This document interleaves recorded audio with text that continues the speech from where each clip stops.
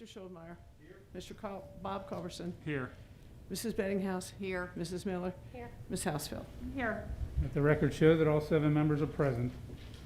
Council, what is your pleasure on the written minutes of the December 17th council meeting? Mr. President, Ms. Bettinghouse? make a motion to approve the written minutes of the December 17th council meeting. I'll second that, Mr. President. A motion by Ms. Bettinghouse, second by Ms. Housefeld to approve the written minutes of the December 17th council meeting. Are there any remarks? If not, all those in favor signify by saying aye. Aye. Opposed? So ordered. We'll move to reports of administrative officials. Mayor Jonathan Stuchel. Thank you, Mr. President. I'd like to start just again, let everyone know Peggy is not here this evening due to a skiing accident, but she may not have wanted me to say that, but I just wanted everyone to know, again, I'd like to make sure that she's in our prayers and hope that she makes a fast recovery so she can get back here to the citizens. As far as this evening, just again, I'm sure everyone saw today that Hamilton County achieved the purple level 4 alert for COVID exposure. Again, knowing that this makes this now a public emergency with very high exposure. Of course, asking that limit activities as much as possible and follow all the health orders. That is a definite concern. If anything does change with our ability to meet in person, I will make sure everyone is made aware. But as of right now, I think that we should be okay as long as we are being conscious. But we'll try to keep everybody updated. As far as this evening, of course, as we've discussed, we were in the middle of the negotiation with the police department for collective bargaining for their contract. Everyone was emailed and given paper copies of that. So again, you are aware. The ordinance also, of course, the companies that was provided. If there's anything further that you would like me to discuss in detail, I would be glad to. We were very conscious of the fact that in this process, that we were trying to bring the police department back to an acceptable level for retention and also to try to attract new officers, as we have had some substantial turnover. So I feel that now that this is all said and done on paper, I would really like to move forward with the approval of this contract so that, again, we can move forward with the hiring of an additional officer to complement the department, and also with the anticipated retirements. I feel that this will put us in a much better position. Any remarks? Any questions? Okay. Mr. President. Mr. DeBerke. Jonathan, are people allowed to come to council meetings still, or with the emergencies? Mr. President, from what I can read and what I have been told, I mean, there's not a countywide shutdown. As of right now, again, as long as we are conscious, I guess the fact that it's discouraged that you may do things out of the ordinary, but as of right now, we still can safely seat people, and there isn't anything that prohibits us. I mean, our restaurants are not closed throughout Hamilton County as of yet. There was not a mandate or anything like that put out. So as of right now, our council meetings still are open. But we will be in contact with Hamilton County EMA and the state to make sure that, again, what we're doing is still okay. But again, there has not been a village-wide shutdown as of yet, nor a Hamilton County-wide shutdown. Mr. President. Mr. DeBerke. Now, I know we talked last year about part-time people raises. Are you still working on that? Mr. President. Mayor Stuchel. Yes, that is my next task. So I did not include. I wanted to get through this contract negotiation, start working on fire, and giving consideration to the part-time employees. I was not in favor of the random one department or one segment, getting an actual hourly increase until everyone was given the same consideration. So yes, I am going to work on that. Mr. President. Mr. DeBerke. So I know the state minimum wage went up January 1st. Are you comfortable with just raising the lower wage rate in the part-timers for the minimum wage increase and leaving the rest alone until you work out the raises for everybody? Mr. President, I had not given that consideration as of yet. I wanted to look at the whole package. I know right now, we have to be paying them more. Mr. President, I will take that up with the auditor, and we will make, the necessary adjustments, but I want to look at the whole package as far as what the hourly wages are for the part-time employees that do work year-round versus the individuals that are seasonal. So the whole part-time employee compensation package will be looked at. Let me rephrase it differently. Should we have an ordinance on the table next week to raise the minimum wage? Since we're in violation of law now, probably. If anybody's being paid minimum wage right now. Mr. President, I honestly, since the auditor's not here, I need to verify that, but I don't believe that we are right at, I need to look at how many employees we have, actually, if they are truly getting paid minimum wage. I thought we were just above. Last year, we raised the minimum wage and left everybody else alone to meet with the state standards. So, Mr. President, if indeed we are in a position, if you're okay with the idea, if you want to put an ordinance on the table, I obviously don't have one prepared since you waited till now to bring that up. So I could have done that. But again, I want to talk to the auditor. We'll find out how many people that affects. And if the need is there to do that. Mr. President, Mr. DeBerke. I make a motion to put ordinance 2 for the police contract on the table. And if necessary, ordinance to raise the minimum wage to meet the state standards. Do I have a second? I'll second that.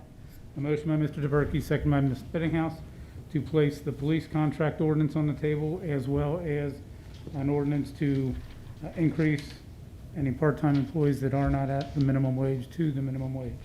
Are there any remarks? If not, all those in favor signify by saying aye. Opposed? So ordered.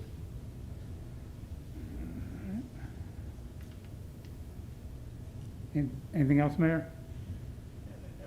All right. I know Peggy's not here. Does anybody have a report? Okay. Then I Mr. will. President, Huh? no report for the Well, auditor, she has. I know but she has that the ordinance to resolution. put on and a resolution. Okay. Mr. President, Mr. DeBerke. make a motion to put ordinance 1, 2021 to authorize, provide additional appropriations, transfer funds for general fund to cash accounts, additional appropriations for drug offender fines, criminal activity forfeiture fund, mayor's court computerizations, and clerk of court computerizations. Along with resolution 1, which is the resolution we pass every year for allowing purchase of meals and stuff for Boy Scout, Girl Scout night, stuff like that. A motion by Mr. DeBerke, second by Ms. Spettinghouse, to place resolution number 1 for the meals and refreshments, and ordinance number, what did you say, 1 was for additional appropriation and transfer of funds. Are there any remarks? Not all those in favor signify by saying aye. Opposed? So ordered. All right. Director of Law, Valerie. No report at this time, sir. Thank you. Treasurer, Mr. Unger.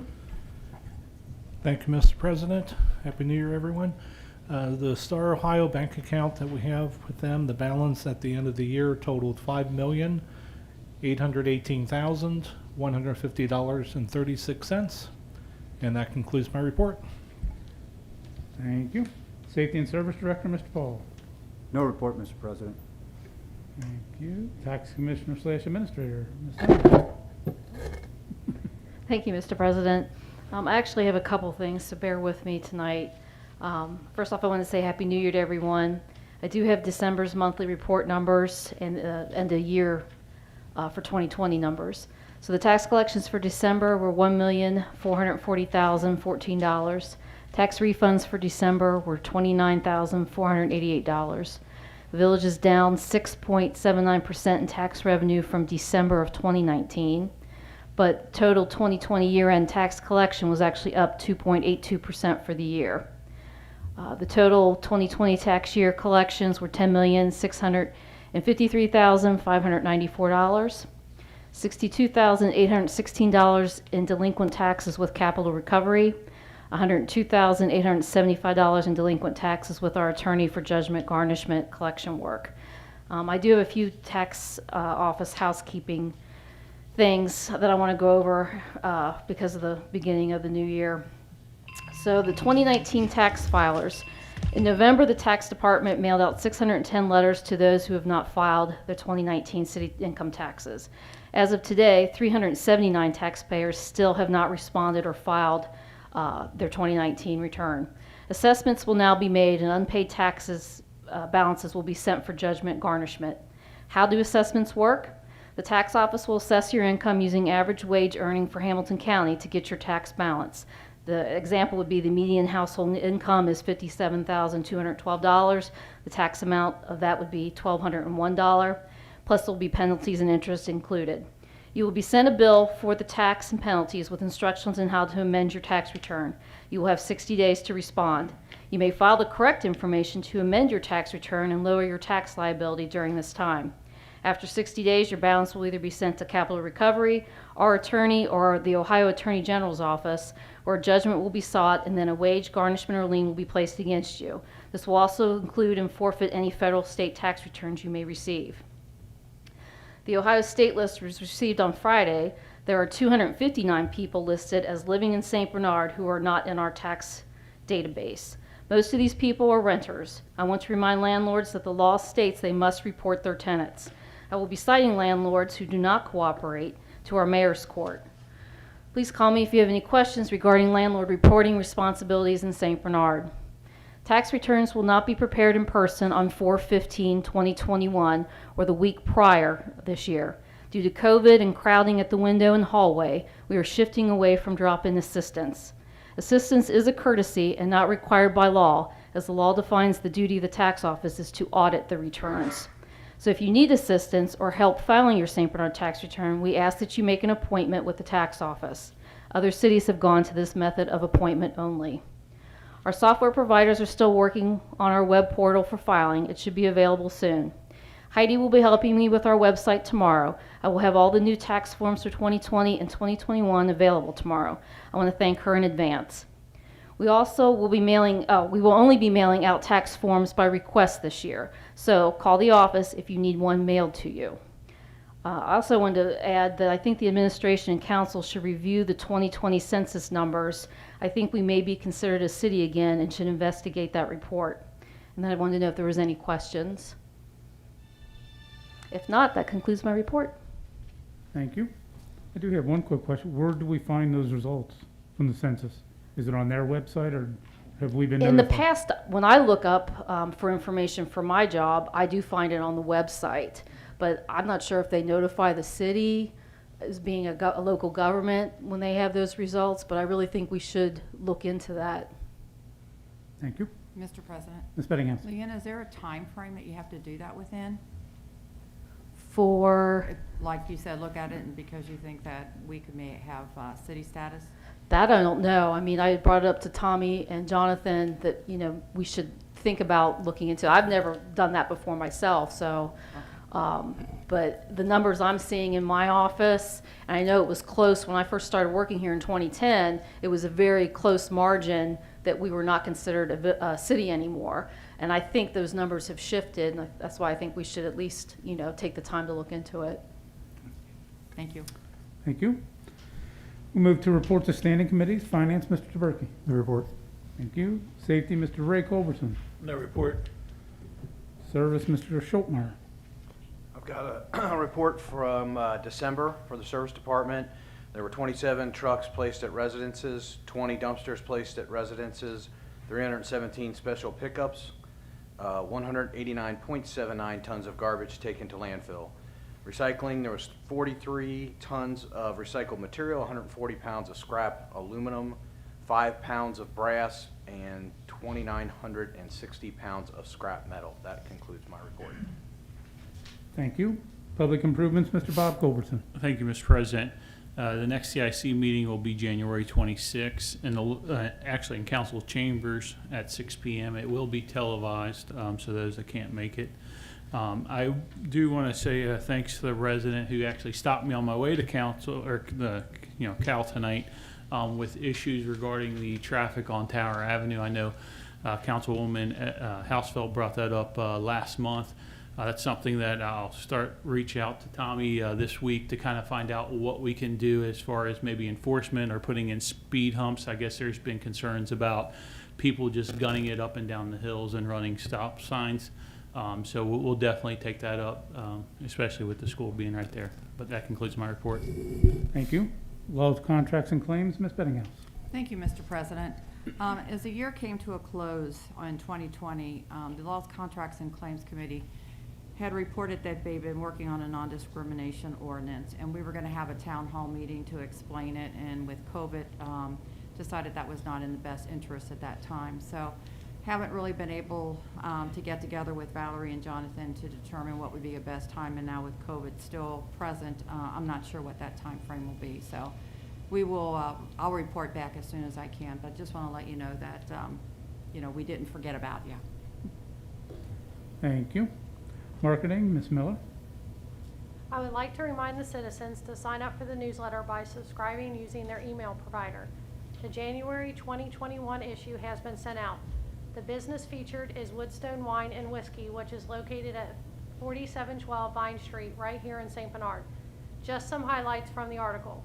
The winery portion of the business makes wine, mead, and port, dry to sweet, from locally sourced ingredients. The distillery makes true small batch, single barrel spirits on a 238-gallon pot still designed by our owner, operator Don Alderson. Current menus and COVID-19 updates are posted on their Facebook page. During the pandemic, Woodstone is accepting appointments for pickup with a $50 minimum. Please allow time for confirmation. You can call them at 513-569-0300 or email at woodstonecreek@yahoo.com, and make sure you leave your phone number. This concludes my report. Thank you. Business and industry, Ms. Housefeld. Thank you, Mr. President. I don't have a report for business and industries, but I did have some citizens that called me to make sure that I reach out to the people that took care of the issues on Tower Avenue with all the, I'm trying to say a nice word, but all the stuff that was out in front. They really appreciate cleaning up the streets and making the city look much better all the way around. So whoever was involved with that, I just wanted to thank you guys on behalf of the citizens. Thanks.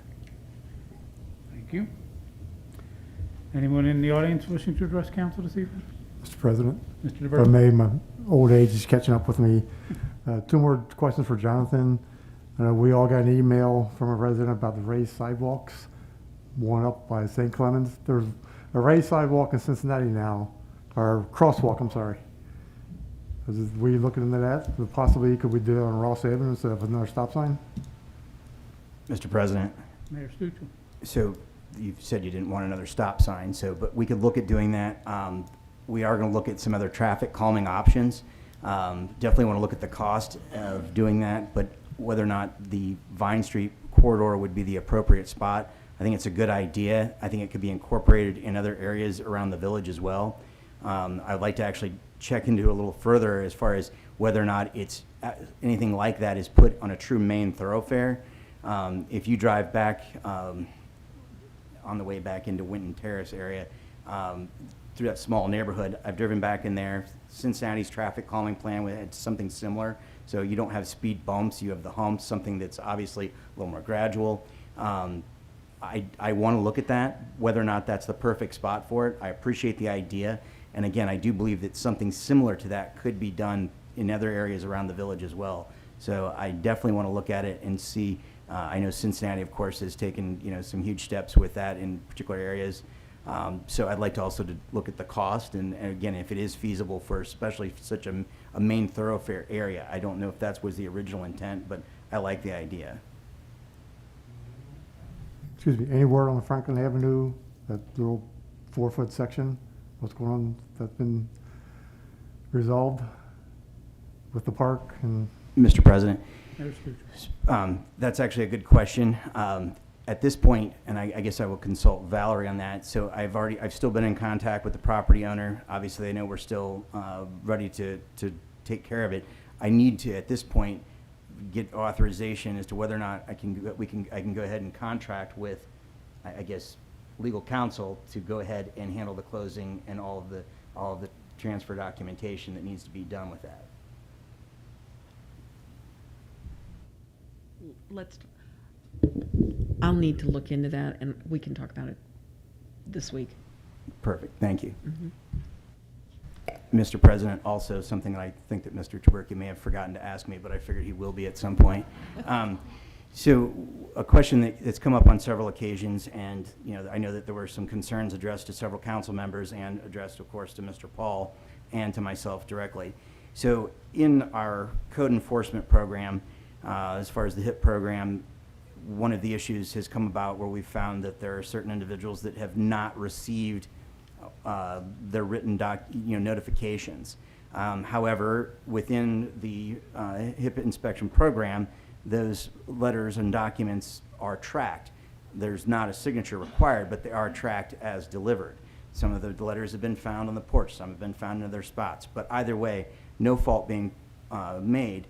But what I have asked that be done is that so that you're not getting a subpoena initially, if there's not a response, that the letter be directed again, that you please make contact with the building department so that we can start the remediation process. But after a 2-week period, so if you're given your 30 days, but after a 2-week period, if we have not heard from someone on that list, we are going to call them.